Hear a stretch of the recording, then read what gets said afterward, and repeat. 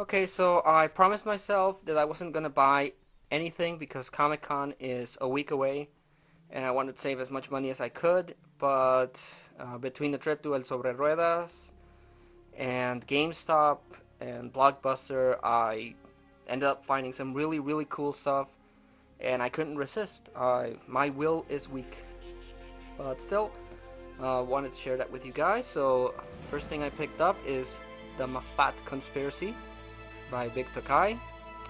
And I popped this into my nest, and I didn't know this, and it turns out this is a Golgo 13 game.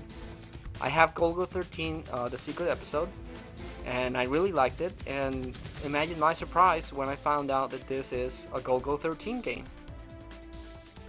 It's just like Golgo 13 secret episode. It's a fun game. I think this one is actually better, in my personal opinion, but that's a happy little surprise right there. Picked up Q*bert. It's okay. Picked up Peter Pan and the Pirates. I remember there was a cartoon about this when I was a kid. It's a different take on Peter Pan, based more on the books, not on the Disney movie. Now this, I picked it up in the same place as the other games. This lady had a whole bunch of stuff on sale, so I ended up getting all 4 games for like $3. And this one is an unlicensed NES game.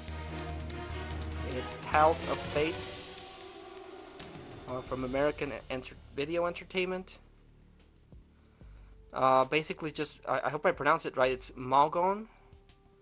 You have to get 2 tiles of the same color and the same design, and they'll disappear, and you have to clear the board and so on. But the box is kind of messed up, but it comes complete. Let me just open this baby up for you. Still comes with a plastic bag with a black and white manual, the dust cover, a seal of quality, which is a huge freaking lie, and the game. Just like Wally Bear and the No Gang, that odd press here button.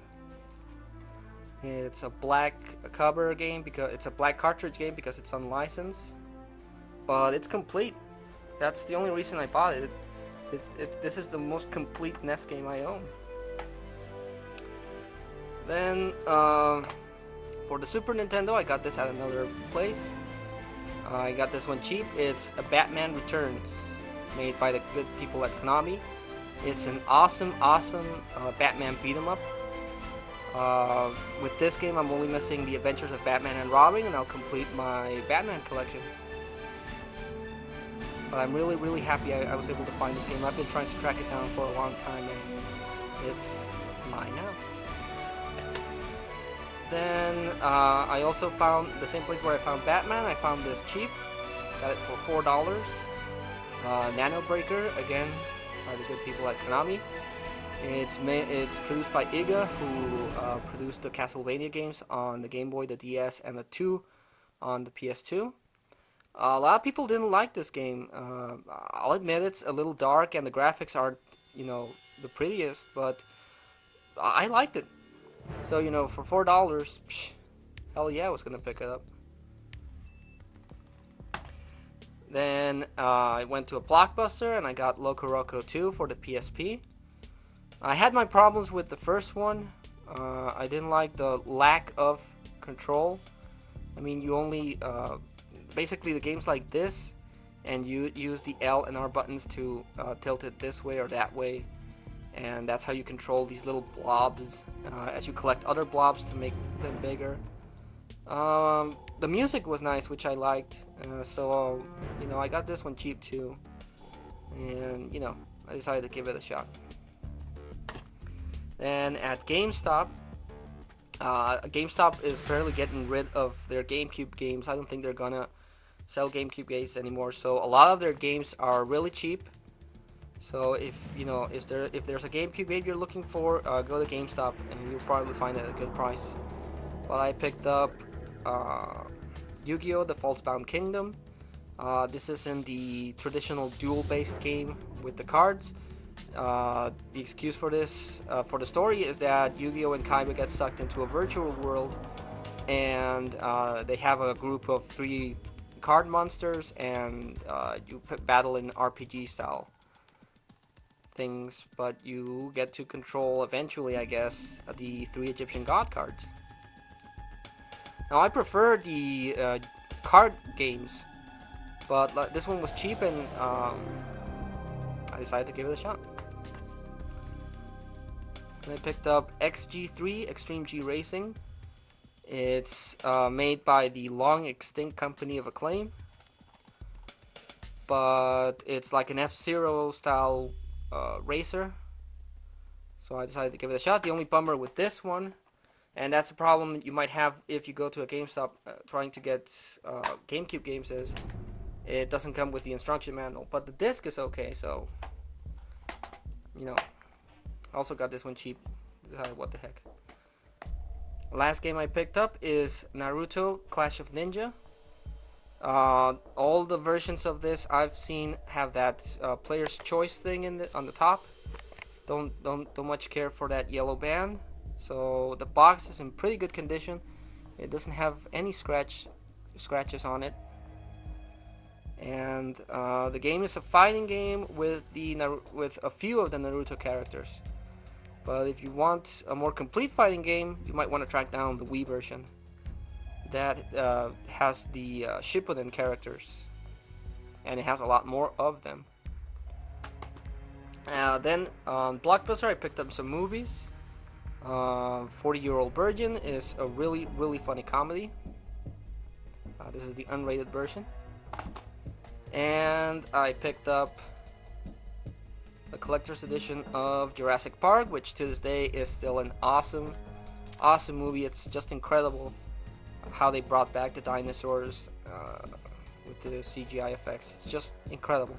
And it comes with 60 minutes of bonus features. So yeah. And then in el Mercado Sobre Ruedas, which is swap meet that's literally like 2 blocks away from my house, this lady was mostly selling clothes, but between all the clothes and all her junk, she had a bunch of strategy guides and some game manuals. So, you know, I've lost most of the game manuals I picked up, and I don't own those strategy guides, so I decided to pick them up. I picked up WrestleMania 2000 instruction manual for the N64. I normally wouldn't have picked it up, but like I said, instruction manuals usually get so beat up anyway, and these were in pretty good condition, so I decided to, you know, what the hell. So I picked that up. I picked up GoldenEye GoldenEye 007, which of course is a classic game on the 64. And then this one, I don't own the game, but I can get it on the PSP. And this is a Lunar Silver Star Story Complete Strategy Guide. It's actually produced by Working Designs. They had a Prima Strategy Guide, but I went with this one instead because this is the official Working Designs Strategy Guide. So I thought that was really cool. I've been trying to look for it on the PS1, but like I said, there's a remake on the PSP, so I might pick that one instead. But it has... I really like strategy guides for the only reason that they come with the artwork for the game. So, you know, that alone is reason enough to pick it up. Picked up Mario Kart strategy guide for the N64. Mario Kart doesn't really need a strategy guide, but they had it, and why not? Picked up Lundra Prima Strategy Guide, and if anyone's ever read a Prima Strategy Guide from the first days, it's horrible. It's completely in black and white. It has no gameplay shots, just text and text and text. But it's a PS1 game I own, so why not? Same thing with Blood Omen, Legacy of Kain, another Prima Strategy Guide. And the best one, other than the Lunar one, Pokemon Heart Gold Soul Silver Strategy Guide, complete with poster. So that was also worth the pickup. Very nice. Now we just have to get the game. Okay, guys, so this was my last collection pickup video. Honestly, cross my heart, before Comic-Con.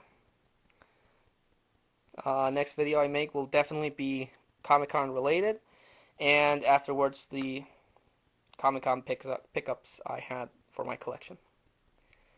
Okay, guys, so this is Vargas XX78 signing out.